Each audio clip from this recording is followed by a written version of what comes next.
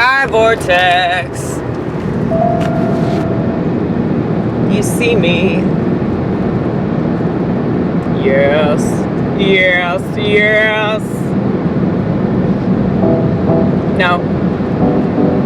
This one?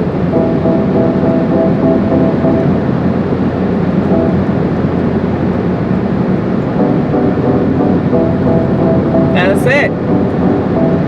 So I said that I was going to do this song. And I've been working on it for a while. And by a while, I mean like a day. Okay, let's go. Say what you want to say. I'm really good at rhyming. And I guess I'm natural. But I really hate poetry. Everything that I've tried to write, I just can't. But I'm better when I just trust my, what they call ADD. So, add extra thoughts, so many thoughts, so many thoughts. And you know, I'm quite a borderline personality also, I should mention that. So if anybody in the vortex finds me attractive, you need to leave me alone. Cause I only hurt ya. Really don't want to hurt ya. Really don't mean to hurt ya. But I really can't help it. Just cause I have abandonment issues. And it seems like everybody has abandonment issues.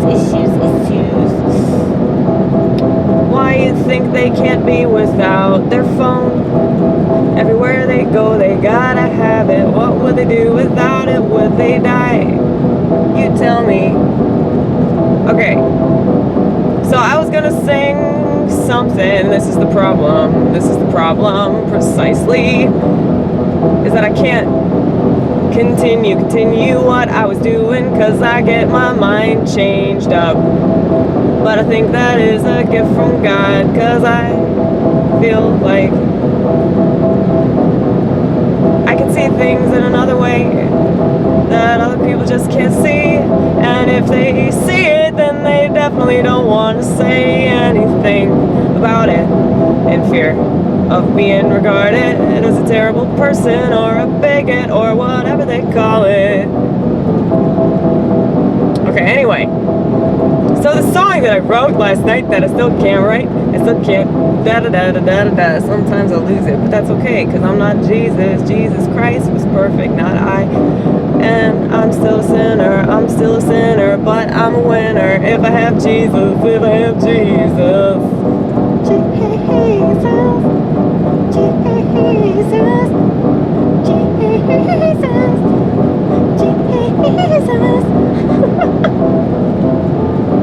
You like that? You like that vortex? You like it? Good. I'm so glad that you're still paying attention. I'm so glad I do all of this shit, so you still pay attention. It's so hard for anybody to pay attention, cause all of the shit that they give you, they hand you, they sell you, they just want to tell you what to do, tell you what to think, tell you what you should believe or not believe in. But if you discover that shit on your own, well, you'll probably feel pretty alone, but it's worth it, cause you're never really alone.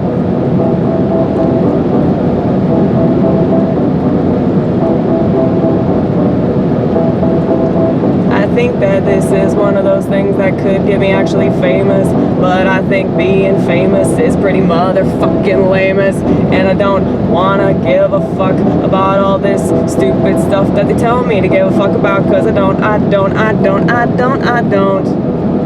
just don't. And I'm not trying to make a political statement, but I guess that's what I'm doing. And that's what I've always been doing. Where are we going now? Are we gonna take this exit? I don't know. What do you want to do, Vortex? Do you want to take this exit or do you want to take the next exit? I'm gonna let you pick. If you don't say anything, I'm gonna keep going straight and I'm not gonna take this exit. If you don't say anything. Okay, we're not taking that exit because you didn't, you You can't get mad. You can't get mad at me, okay? Because you didn't say anything. And the problem is when other people really want to say something, they don't say something so that they can say later, you're an asshole, you know? That's what they do. That's what they do. That's what they do. That's what they do. But specifically women. And I had to break myself of the habit.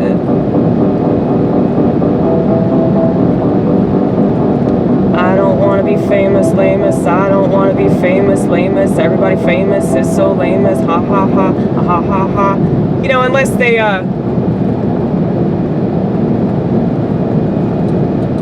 speak up for like the unborn, unless they do something like that and cry about it. Yes, I love you. I love you. Anybody that stands up for the right thing, I love you. And they're gonna crucify Kanye. They're gonna crucify Kanye. That's what they're gonna do. That's what they're gonna do. That's what they're already doing. This is what happens when you stand up for the right thing. This is what happens when you stand up for the right thing. That's what the crucifixion meant. If I can understand it. I hope I can. But I'm still learning, and I'm still growing, and I'm still evolving. It seems like these people, if that's what you want to call them, I call them robots. I call them robots. I don't know what you call them. But you're probably one of them.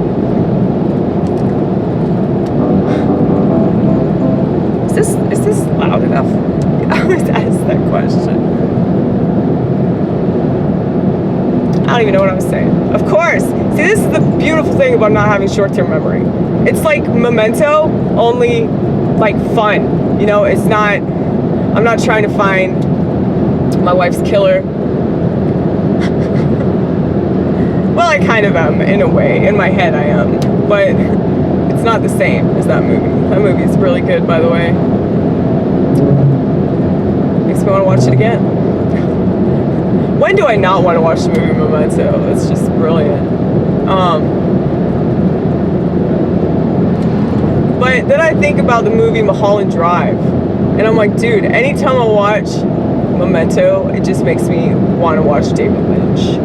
Shit. Like, people that have a genuine appreciation for art and, like, just interesting, weird, obscure stuff that might not make sense, but it's like, it makes sense. You just have to think about it. It's like a whirlwind. But that's like Kubrick, and I think Aronofsky does the same thing, but unfortunately a lot of these people work for really bad people. So I feel like they can't do as much as they want to do.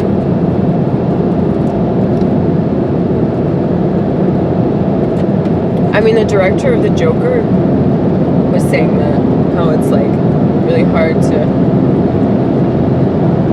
do art that's like not just so formulaic and liberal garbage. Like, you can't, I mean, he didn't say that, but something along those lines. You know, like, you can't really take risks, especially with comedy, because people get offended by everything. And then Mark Maron, the little pussy that he is, was like, oh, well, there are plenty of people being funny right now. Really? I mean, I can think of, like, maybe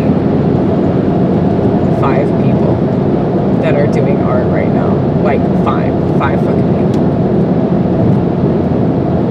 Ryan Long is doing comedy. Owen Benjamin is doing comedy. Who else?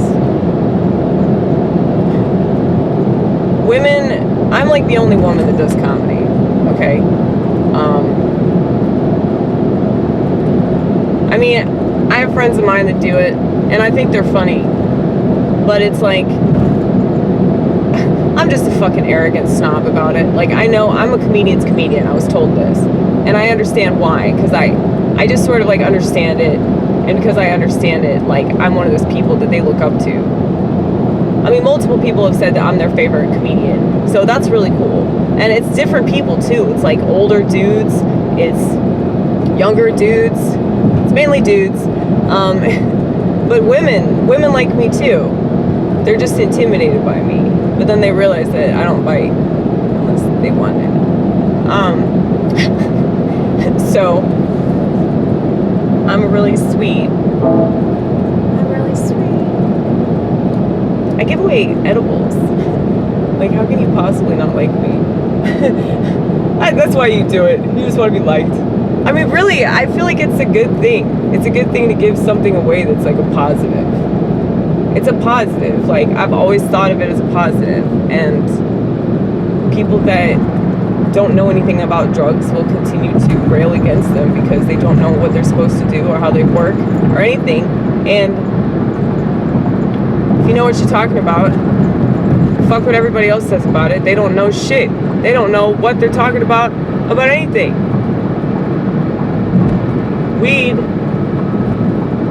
has a lot of psychological benefits to it. Like, I talk to veterans. I've mentioned this. I talk to veterans. They say that the only thing that helps them is good old Mary Jane. And Mary Jane, you know, she's been vilified for a long time. And now that they're really fucking with her, now they want to legalize. Fuck that. I mean, as a pothead, I will tell you that's a mistake. Because I'm a smart pothead. Most potheads are not smart. And most people just trying it aren't smart. It's not a good idea to legalize that drug. It's not a good idea to legalize any drug. The thing is, when they got this drug war going, that's revenue for them, you know? It's more people they can put in a box. Why am I going on this exit? Fuck this exit. Yeah, it's like more people they can put in a box for like selling the same drugs that you could get at a fucking doctor. I don't understand it. I don't understand how this world works. Like, I don't understand how they have it the way that they have it. But I'm not saying that I'm cool with people getting on a bunch of drugs. I'm just saying, like, specifically, that's not what I'm saying. I would say that what I'm saying is people need to be aware of what these things are and what they do. So they can't go into propaganda land. I was trying to turn that into like some sort of song in my head, but I'm like, that's not poetic enough. But anyway, propaganda land, like, I just think about all this anti-drug stuff. And now you're gonna see all the pro-drug stuff. Like, it's so dangerous for the public, and they know that. They know that. My parents are boomers. They're like so ignorant about drugs. They're so ignorant about drugs. They're like, my dad had no idea that I was always high. Like, that's hilarious. That's a really fun story right there. And my mom was like, I don't think he knows what it smells like. I'm like, no shit, Mom. Like, he definitely would have kicked me out by now. But yeah. When I talk about pot, it's like, I hate it. I fucking hate it. I hate this topic. It's my least favorite topic to talk about. Because so many people, whether they're for it or against it, are misinformed. Anyway. It has a lot of benefits, though. It's our most natural form of medicine. Learn about it. Learn about its qualities. Its positive and negative qualities. Everything on this earth, except for Jesus Christ, has positive and negative qualities. Like, even things that are terrible, they still have positive qualities. How do you think they fool you? Just saying. People that are ignorant about the negative qualities and just see the positive.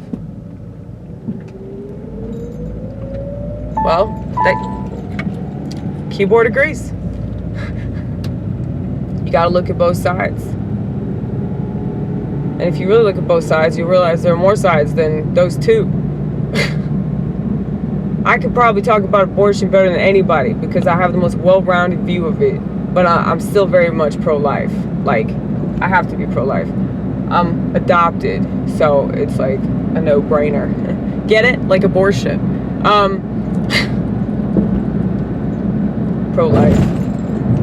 Oh my god, that's a good joke right there. I wanted to do that, but the thing is, if I don't work on it, then I don't want to do it. The stuff I work on, that's what I'm saying, man. The stuff that I'm like, oh no, don't do that joke. If I randomly decide to do it, it's like your instincts tell you just do it.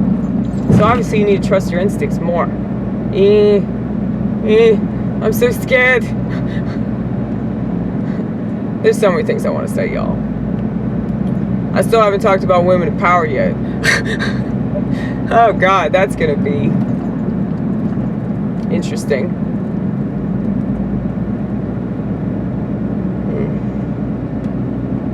Anyway. I'll keep you posted though. Maybe something will happen with this. But I don't know. I'm not I don't want, there's a part of me that just, I'd rather just be in like the middle of nowhere, or what people consider to be the middle of nowhere, because it's not in the middle of a city that's burning down because of the Democrats running the city.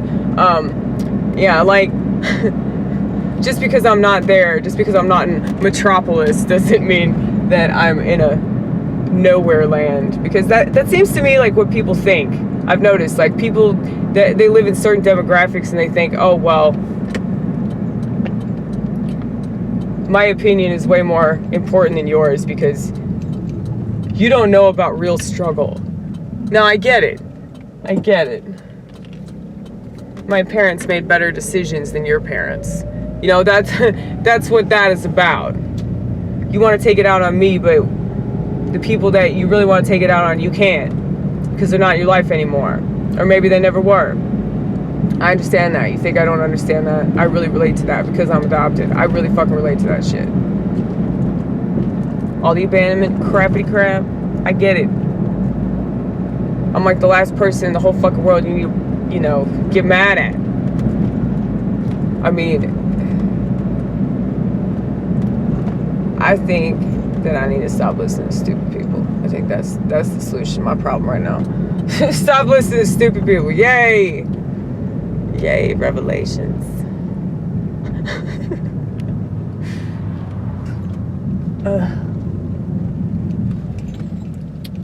Okay, y'all. So I was gonna play you a song.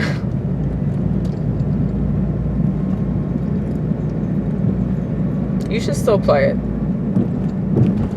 Oh, I will play it. I will play it. But I'm trying to do this polemical musical. I tried to contact, what's his face? Milo, Yiannopoulos, whatever the fuck. Try to contact him. I don't know if he'll contact me back. I hope he does, but fingers crossed, you know. He's the only motherfucker I do that for, but it's like, I hope that he would be down with what I'm doing. But he seems like one of the few that's not like rigid about everything.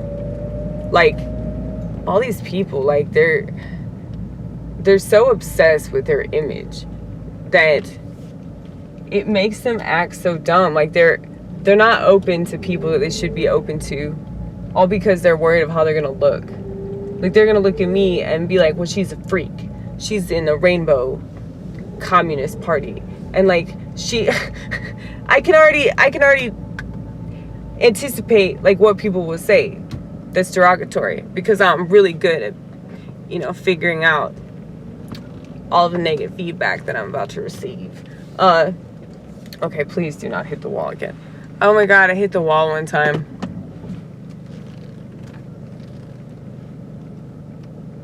I literally did that shit.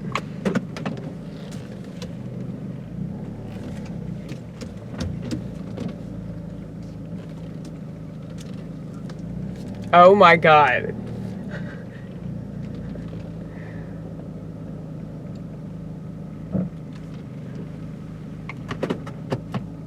Yeah, so there's this mic tomorrow night, and I was thinking, what if I just show up late for work? I mean, I'd call them and tell them, or maybe I could just have them change it on my schedule so I could go to that mic. Yeah, it's like you could show up later. You could show up later and stay later, too. You just ask him about it. I want to do it the right way, okay? I don't want to just be a bitch. Itchy titty, it's the worst. But yeah, I'm a bad liar anyway. Really, really bad liar. I suck at it.